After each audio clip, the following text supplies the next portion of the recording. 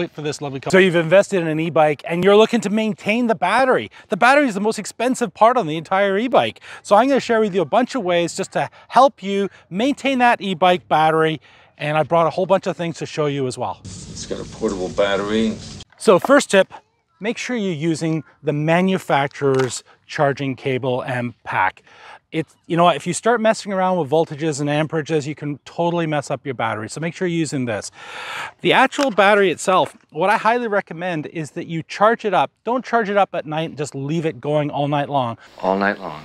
Unless you have one of these little Wi-Fi plug-in sort of timers that you can buy. I'm gonna put links to all this stuff down below, but if you have one of these, sure, you could do that, but I typically don't. I will actually charge it up. If I know, for example, that the battery's down to 50%, I know it's gonna take about 4 hours, so I'm gonna take this little guy, set it up on my Wi-Fi, plug it in, plug the battery in, and charge it up to about 80 to 90% as I need. The other thing is that inside the actual battery, you're not going to overcharge it. There is a BMS, a battery management system that's inside that battery. And it's actually maintaining the battery and ensuring that it's not going to overcharge. But you know what? For peace of mind, get one of these little devices and then you know for sure that you're not going to overcharge it. The second tip for maintaining your e-bike battery is to store it properly. If you're not going to be using your bike for a while, it's really best to remove the battery and store it in a cool, dry place. Avoid exposing your battery to extreme temperatures, as this can also damage it. If you're going to store your battery for an extended period of time, make sure it's charged up to about 50% first. This can help prolong the battery's lifespan. Between about 40 and 70% charge level is recommended, and the battery should be checked at least once per month. If the state of charge drops below 20%, then you really should charge it back up to that 40 to 70%. Also, I recommend you keep the battery at room temperature and in a dry environment, like a closet. Once the battery is removed, everything is going to slam into emergency mode. My next pro tip is to ensure that you're keeping it clean. Get yourself like a microfiber towel, wipe it down, keep it nice and clean. Don't use any harsh chemicals. If it's a little bit dirty, just a little bit of moisture on the rag itself.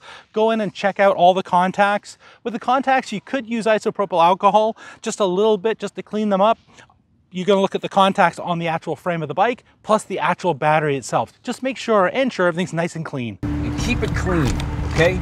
Try to avoid using your battery in extreme temperatures. You know, I'm riding around today with these KBO bikes and Michael, and we're just loving it. It's about 10 or 15 degrees, and it's beautiful. What's that, about 70 degrees? No, 60 degrees Fahrenheit. It's a perfect day for riding around. Batteries are sensitive to temperature, just like we are. She thinks I'm sensitive. To help batteries stay healthy, you should avoid charging and discharging at extreme temperatures. The recommended temperature range is 7 to 26 degrees Celsius. That's about 45 to 85 degrees Fahrenheit.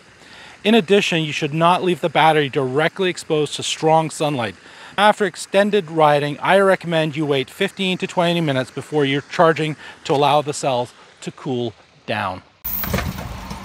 If you're involved in an e-bike accident and you see damage, physical damage to the actual battery itself, or if you've damaged it somehow, maybe you're carrying it around and you drop it sometime, don't use it. Get it checked out or dispose of it responsibly.